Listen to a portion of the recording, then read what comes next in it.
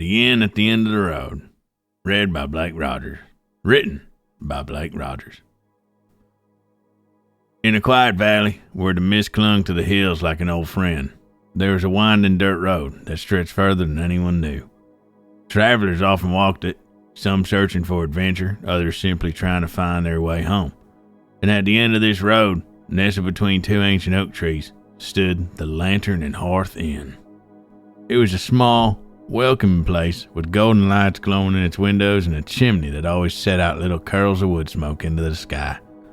The innkeeper, Miss Agnes, was as much a part of the place as the walls themselves. She had silver-streaked hair tied back in a loose braid, warm brown eyes, and hands that always smelled of cinnamon and honey. People whispered that the inn was magical, though no one knew quite why. Some said that those who arrived, lost or weary, would always find exactly what they needed. A man searching for purpose would leave with a new dream.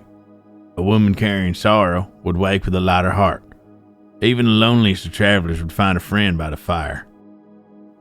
One autumn evening, just as the sun was nestled behind the hills, a young man named Elias arrived at the inn.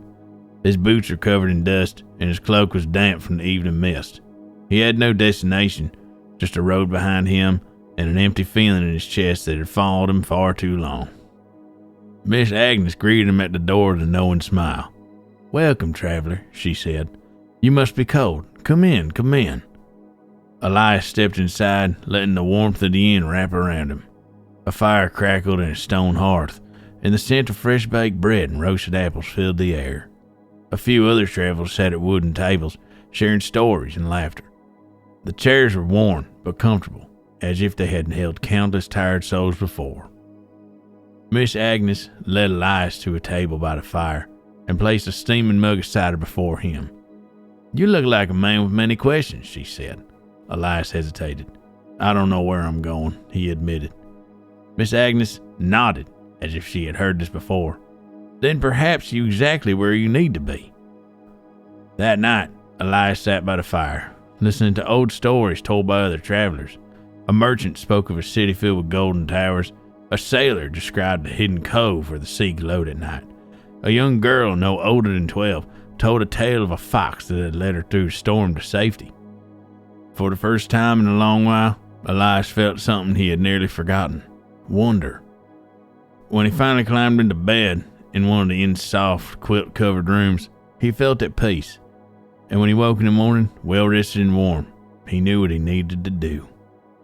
With a heart lighter than it had been in years, Elias bid Miss Agnes farewell. As he stepped out onto the road, he realized the empty feeling was gone. He had found what he was looking for, even if he hadn't known what that was. And somewhere behind him, the chimney of Lantern and Hearth Inn set up another little curl of smoke, waiting for the next traveler who needed its warmth.